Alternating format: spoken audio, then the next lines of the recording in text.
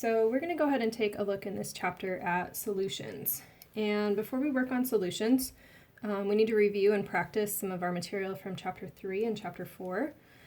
So to start off with, in chapter 3, we worked on formulas for chemicals, like H2O is a formula. And then we took those and said, well, we could do a little bit better, and we could draw a Lewis structure for that. So that might look something like this. And we could do still better.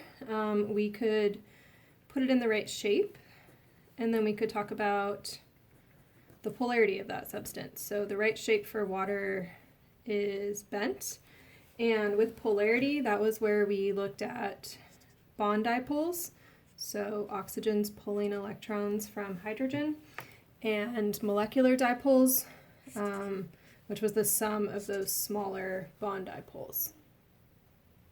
So that was all chapter 3, and then we took that and we used it in chapter 4 to talk about intermolecular forces, which we will definitely be revisiting in this chapter. So intermolecular forces, you'll see me abbreviate that IMF, and that would have looked something like this.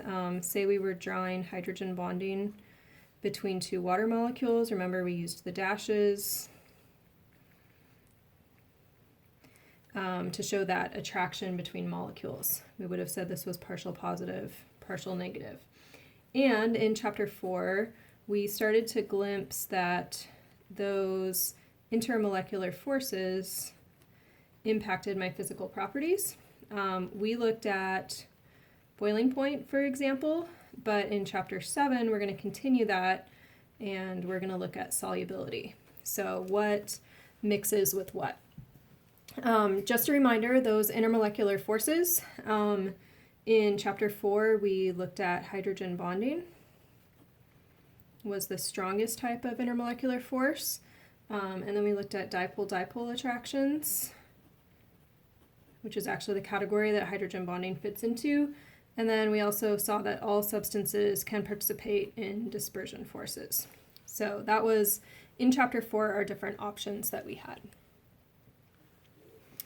So just by way of review, we could also draw the intermolecular forces. I already drew a water molecule being attracted to another water molecule over here. That's hydrogen bonding. I could also draw out the structure for CH2O. That's a formaldehyde molecule, and that would align with the next formaldehyde molecule over. It might help you to see the dipoles on those lining up. And we could also, so that would be a dipole-dipole attraction. Between water and formaldehyde, I could also draw an attraction. That polarized H can hydrogen bond to the oxygen in formaldehyde. And so that would be hydrogen bonding as well. So we want to be able to use all the skills that we learned in chapters 3 and 4, including drawing. And our goals in this chapter for chapter 7 are going to be to understand terms. There's a lot of terms in this chapter. Understand and predict mixing, and that's where all of these intermolecular forces will come into play. We are going to do calculations. These are the last calculations of the semester, and they will be a refresher for you on chapter 1. And then the last thing we'll do is look at movement across membranes.